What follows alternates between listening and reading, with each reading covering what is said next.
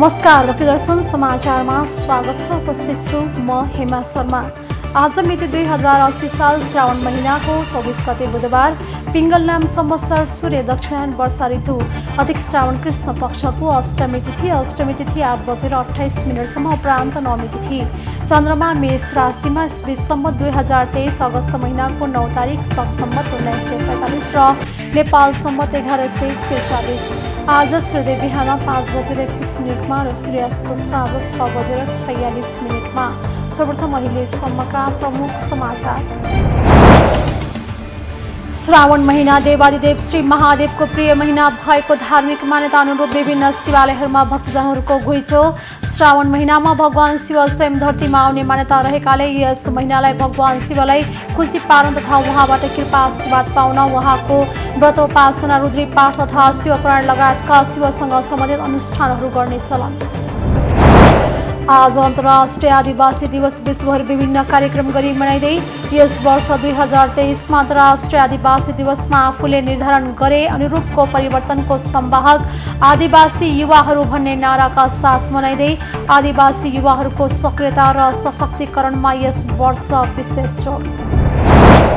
आज श्रावण महिनाको 24 गते राष्ट्रिय भू संरक्षण दिवस मनाइँदै बाढी पहिरो भूक्षय जस्ता प्राकृतिक प्रकोप कम गर्दै पारिस्थितिक सन्तुलन कायम राख्न सहयोग पुर्याउने एवं भूक्षय कम गरी जमिनको उर्वरा शक्ति कायम राख्न तथा पूर्वाधार संरक्षण गर्ने उद्देश्यले विक्रम सम्मत 2031 साल श्रावण 24 गते भू तथा जलाधार संरक्षण विभाग स्थापना भएको दिनको सम्झना स्वरूप मनाउने चलन।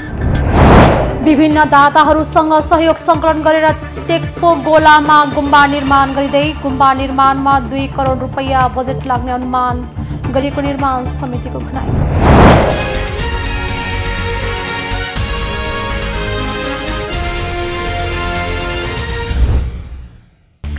अब समाचार विस्तारमा।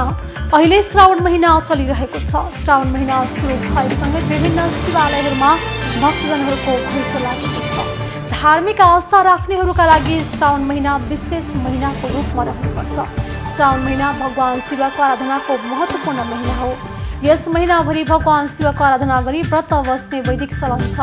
श्रावण महिनामा भगवान शिव स्वयं धरतीमा आउने मान्यता रहेकाले यस महिनालाई भगवान शिवलाई खुसी पार्न उहाँको व्रत उपासना रुद्री पाठ तथा शिवपुराण लगायतका शिवसँग सम्बन्धित अनुष्ठानहरू गर्ने चलन रहेको छ। पूर्वीय दर्शन अनुसार श्रावण महिनामा भगवान शिवको आराधना गर्ने उपवास बस्ने शिवलिङ्गमा जल अर्पण गर्ने गरिन्छ। साउनको सोमबार व्रत बस्ने र शिवलिङ्गमा जल तथा बिल्वपत्र चढाउनाले घरमा सुख शान्ति तथा समृद्धि मिल्छ भन्ने धार्मिक मान्यता रहेको छ। भगवान शिवका भक्तहरूले श्रावण महिनाभर शुद्ध सात्विक भएर नियमको पालना गर्ने गर्दछन्। शिव वैदिक सनातन धर्मको प्रमुख देवताहरूमा विशेष हुनुहुन्छ। वेदमा शिवलाई नाम रुद्र भनिएको छ। भगवान शिव व्यक्तिको चेतनाको अन्तर्यामी हुनुहुन्छ। भगवान शिव संसारका संहारकर्ताको रूपमा मानिनुहुन्छ। शिव पुराण, लिङ्ग पुराण, स्कन्द पुराण लगायत पुराणहरूमा शिवको चरित्र वर्णन गर्दै शिव नै परम आदरणीय परमेश्वर विष्णु ब्रह्मका सिद्धि र शक्तिको रूपमा स्पष्ट गरिएको छ। शिव शब्दको अर्थ कल्याण हो। चाँडै खुसी भएर भक्तलाई चिताएको वरदान दिने भएकोले भगवान शिवलाई आशुतोष नामले पनि पुकार्ने गरिएको छ। शिवजीका मन्दिरमा सोमबार आउने सौभाग्य जोडिएको छ। शिवजीका हरेक नामहरू अनुसार उहाँका स्वभाव छन्। शङ्करजीलाई शिव भनेर किन भनिएको? शिव माने हुन्छ कल्याण, जो सबैको कल्याण गर्नुहुन्छ। शिव शब्दको अर्थ नै हुन्छ कल्याण। तो जो सबैको कल्याण गर्नुहुन्छ यस्ता भगवानको नाम हो शिव हैन। शङ्कर सं कल्याणम करोति, यसको अर्थ नै त्यही हो, जुन भगवानले कल्याण गर्नुहुन्छ। शङ्करमा त्यो सं शब्द जुन छ अगाडिको समाधि थोप्ला त्यसलाई भनिन्छ कल्याण। तो जो गर्नुहुन्छ, कर माने जो गर्नेवाला हुनुहुन्छ, यस्ता भगवान शङ्कर। महादेव किन भनियो? हेर्नु, देवता त्यो हो जसले अमृत पचाउन सक्छ। देवता त्यो हो जसले सम्मान पचाउन सक्छ। यो संसारमा मान सम्मान यसो प्रशंसा गरिदिनु भने सबैजना रमाउँछन्, तर शङ्करजी यस्तो देवता हुनुहुन्छ जो अमृत मात्रै होइन विष पचाउनुहुन्छ। विष अर्थात् अपमान पचाउनुहुन्छ। माता पार्वतीलाई सोध्नु हो क्या भगवान शङ्करले, हेर न यिनीहरू मलाई यतिखेर आएर चाहिँ यिनीहरूले यो विष पिउनुहोस् भनिरहेछन्। के गरौँ त? माता पार्वती पनि उस्तै हुनुहुन्छ। फेरि हेर्नुहोस्, माता पार्वती भन्नुहुन्छ भगवान् यदि तपाईँले विष पिउनाले एकजनालाई केही हानि हुनाले जगतको कल्याण हुन्छ भने तपाईँ जस्तो नेतृत्वले, किनभने नेता हुनु, अभिभावक हुनु ठुलो कुरा हो। आफूभन्दा सानालाई, आफूभन्दा पछाडिलाई, आफ्ना जनतालाई संरक्षणमा आफूलाई केही होस् बरु, तर आफूभन्दा पछाडिकालाई नहोस्, यस्तो भाव होइन। अब जस्तो कोही हिजो आज आन्दोलन गऱ्यो भनेदेखि नेताहरू पछि अनि कार्यकर्ता अघि भएर चाहिँ पहिला अब चोट लाग्यो नि कार्यकर्तालाई, पछि चाहिँ नेता जोगी हुन् भने जस्तो हुन्छ। शङ्करजी त्यसो भन्नुहुन्न, होइन। यदि मैले विष पिउँदा सबैका कल्याण हुन्छन् भने म पिउँछु।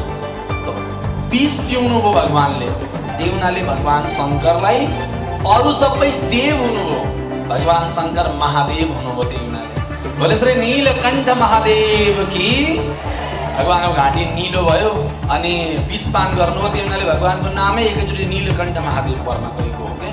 त यसरी भगवानलाई हामी यो नामले सम्बोधन गर्छौँ। आशुतोष भगवान शङ्करको नाम हो। आशुतोष भगवानलाई किन भनिन्छ? आशु माने हुन्छ छिट्टै, तोष माने हुन्छ खुसी, अर्थात् जो भगवान एकदम चाँडो। एउटा कुरा थाहा पाइरहनु, शङ्करजीलाई तपाईँले धेरै केही चढाउन सक्नु भएन। भगवान के गर्नु छैन, यति नै हो, जे छ हजुरलाई मैले चढाएँ भनेर भन्नु। भगवान शङ्कर त्यसै खुसी, केही गर्नु पर्दैन शङ्करजीलाई खुसी गराउनलाई। आज अन्तर्राष्ट्रिय आदिवासी दिवस विश्वभर विभिन्न कार्यक्रम गरी मनाइँदैछ। 23 डिसेम्बर 1994 को संयुक्त राष्ट्र सङ्घको साधारण सभाले 9 अगस्तलाई अन्तर्राष्ट्रिय आदिवासी दिवसका रूपमा मनाउने अवधारणा अगाडि बढाएको थियो। संयुक्त राष्ट्र सङ्घले अघि नै सन् 1994 देखि 2004 सम्म आदिवासी दशक समेत कर्म र मर्यादाका लागि दशक भन्ने नाराका साथ आह्वान गरेको थियो। यस दिवसका लागि संयुक्त राष्ट्र सङ्घको लोगोलाई बङ्गलादेशका कलाकार रिबन देवानले तयार पारेका थिए। यो लोगोमा हरियो पातका दुईवटा कान जस्तो आकृतिले पृथ्वीलाई दुईपट्टिबाट घेरेको देखिन्छ। यस वर्ष सन् 2023 को अन्तर्राष्ट्रिय आदिवासी दिवसमा आफूले निर्धारण गरे अनुरूपको परिवर्तनको संवाहक आदिवासी युवाहरू भन्ने नाराका साथ मनाइँदैछ। आदिवासी युवाहरूको सक्रियता र सशक्तिकरणमा यस वर्ष विशेष जोड दिएको छ। एक रिपोर्ट। आदि भनेको धेरै पुरानो अथवा पुरानो ऐतिहासिक समयदेखि भन्ने बुझाउँछ। यस अर्थमा कुनै पनि ठाउँमा धेरै पुरानो समयदेखि बसोबास गरिरहेका र त्यस भूमिको माटोलाई खनी खोजी गरेर आफ्नो पुस्ता थानिरहेका कला कौशल हस्तकला लगायत थुप्रै मौलिक पहिचान भएका समुदायलाई आदिवासी भनिन्छ। मानव सभ्यताको विकाससँगै बसाइसराईको क्रम सुरु भएपछि क्रमशः अप्रवासीहरूको घनत्व बढ्न गई उनीहरूको पहिचान, अस्तित्व, फरक गुण अनि रीतिहरूमा कमी आउन थालेको छ। विश्वको कुल जनसङ्ख्याको 5% रहेका आदिवासीहरूले विश्वको कुल गरिब जनसङ्ख्याको 15% भाग ओगटेका छन्। पृथ्वीको ध्रुवीय क्षेत्रदेखि दक्षिण प्रशान्त किनारसम्म रहेका आदिवासीहरूको पहिचान र उपस्थिति घट्दो क्रममा छ, किनकि पछि बसोबास गरेर आएका अप्रवासी समुदायहरू पेसा, पहिचान, बसाई लगायतका विविध कारणहरूले हाबी हुँदै आएका छन्। संयुक्त राष्ट्र सङ्घको आदिवासी समुदायको अधिकार सम्बन्धी घोषणापत्रको आर्टिकल 14 मा आदिवासी समुदायले आफ्नो संस्कृति, भाषा, रीतिरिवाज र चलन अनुरूप सुहाउँदो शैक्षिक प्रणाली, संस्थाहरू स्थापना र नियन्त्रण गर्न पाउने अधिकार दिएको छ। विभिन्न अध्ययनहरूले स्पष्टसँग आदिवासी र गैर आदिवासी समुदाय बीच शैक्षिक अवसर, विकास अनि समष्टिगत रूपमा मानव अधिकारका सुविधाहरूमा भएको ठूलो असमानता देखाउँदछ। आफ्नो पहिचान र थलोका लागि पुस्तौंदेखि एक ठाउँमा खनी खोजी प्रकृतिसँग पौठी जोरी खेल्दै आएका आदिवासी समुदाय विश्वको लागि प्राचीन सम्पत्ति हो र उनीहरूको पहिचानलाई कायम राख्दै विकासको मूलधारमा ल्याउनु विश्व समुदायको प्रमुख चुनौती भएको छ। आदिवासीहरूको बसोबासलाई बिगार्दै अनि उनीहरूलाई विस्थापित गर्दै बनाइएका शहर, बसाइएका सभ्यता र जोडिएका कारखाना भन्दा उनीहरूले आफ्नो ठाउँमा हुने मौलिक उपस्थिति नै संसार र समुदायका लागि फाइदा कारक हुनेछ। बहुजाति, बहुधर्म र बहुसंस्कृति भएको हाम्रो देश नेपालका अधिकांश भूभागमा आदिवासी समुदायहरू छन् र तीव्र रूपमा उनीहरूले आफ्नो पहिचान, रीति अनि मौलिकतालाई जीवित राख्ने भरमग्दुर कोसिस गर्दै गरेको उदाहरण एउटा छ भने अर्कोतर्फ त्यही मौलिकता नयाँ पुस्ताले भुल्दै गएको, पुराना कुराहरूलाई निरन्तरता दिन नसकेको र आफ्नो मौलिक थर समेत परिवर्तन गरेर पहिचान हराउँदै गएको कुराहरू समेत भयावह छ। आज श्रावण महिनाको 24 गते राष्ट्रिय भू संरक्षण दिवस मनाइँदैछ। नेपालमा हरेक वर्ष श्रावण महिनाको 24 गते राष्ट्रिय भू संरक्षण दिवस मनाउने गरिएको छ। बाढी, पहिरो, भूक्षय जस्ता प्राकृतिक प्रकोप कम गर्दै पारिस्थितिक सन्तुलन कायम राख्न सहयोग पुर्याउन एवं भूक्षय कम गरी जमिनको उर्वरा शक्ति कायम राख्न तथा पूर्वाधार संरक्षण गर्ने उद्देश्यले विक्रम सम्वत 2031 साल श्रावण 24 गते भू तथा जलाधार संरक्षण विभाग स्थापना भएको सम्झना स्वरूप यस दिवसको सुरुवात भएको हो।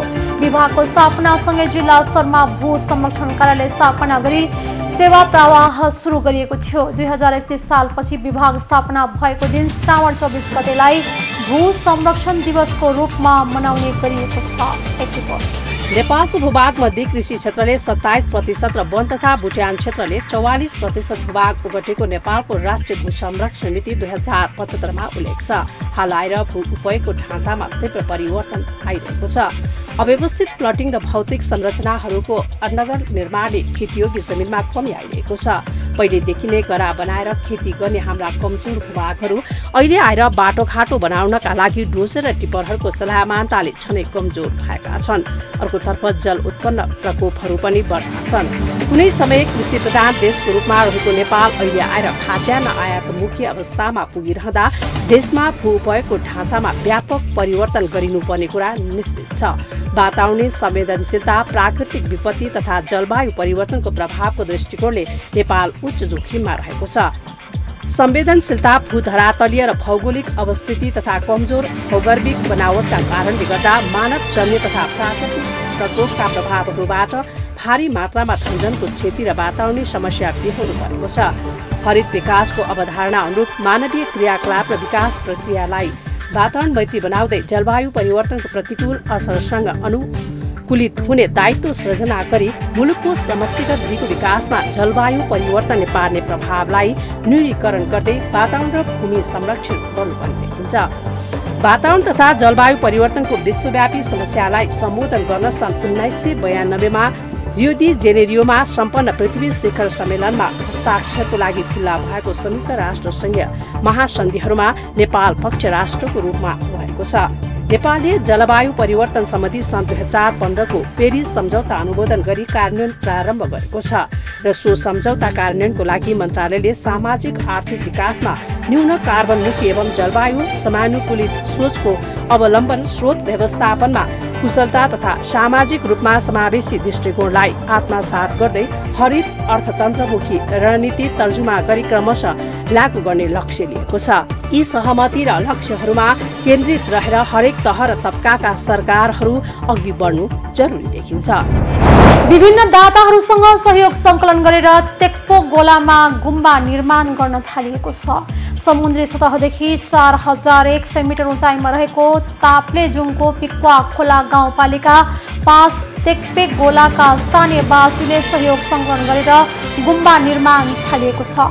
गुम्बा निर्माण लागत 2 करोड रुपैयाँ बजेटमा सम्पन्न हुने निर्माण समितिले जनाएको छ। एक रिपोर्ट। तोपको गोला परापूर्व कालदेखि नै गुम्बा रहेको भए पनि मर्मत सम्भार नहुँदा जीर्ण हुँदै गएपछि नयाँ गुम्बा बनाउन स्थानीय जुटेको गुम्बा निर्माण समितिका अध्यक्ष तेन्जिङ शेर्पाले बताउनु भएको छ। गुम्बा निर्माण लागत 2 करोड बजेटमा सम्पन्न हुने निर्माण समितिले जनाएको छ। तोपके गोलामा जन्मिएर रोजगारीका सिलसिलामा विभिन्न देशमा पुगेका व्यक्तिले ठूलो सहयोगमा गुम्बा निर्माण प्रक्रिया अगाडि बढेको स्थानीयवासीको भनाइएको छ। तोपके गोलामा जन्मिएर अमेरिका पुगेकाले सहयोग संकलन गरेर 45 लाख पठाएपछि गुम्बा निर्माण प्रक्रिया सुरुवात भएको निर्माण समितिका अध्यक्ष शेर्पाले बताउनु भएको हो। उहाँका अनुसार गुम्बा निर्माण गर्नका लागि एक जर्मनी नागरिक समेतले 8 लाख सहयोग उपलब्ध गराएका छन्। मिक्वा खोला गाउँपालिकाबाट 21 लाख उपलब्ध भएको निर्माण समितिले जनाएको छ।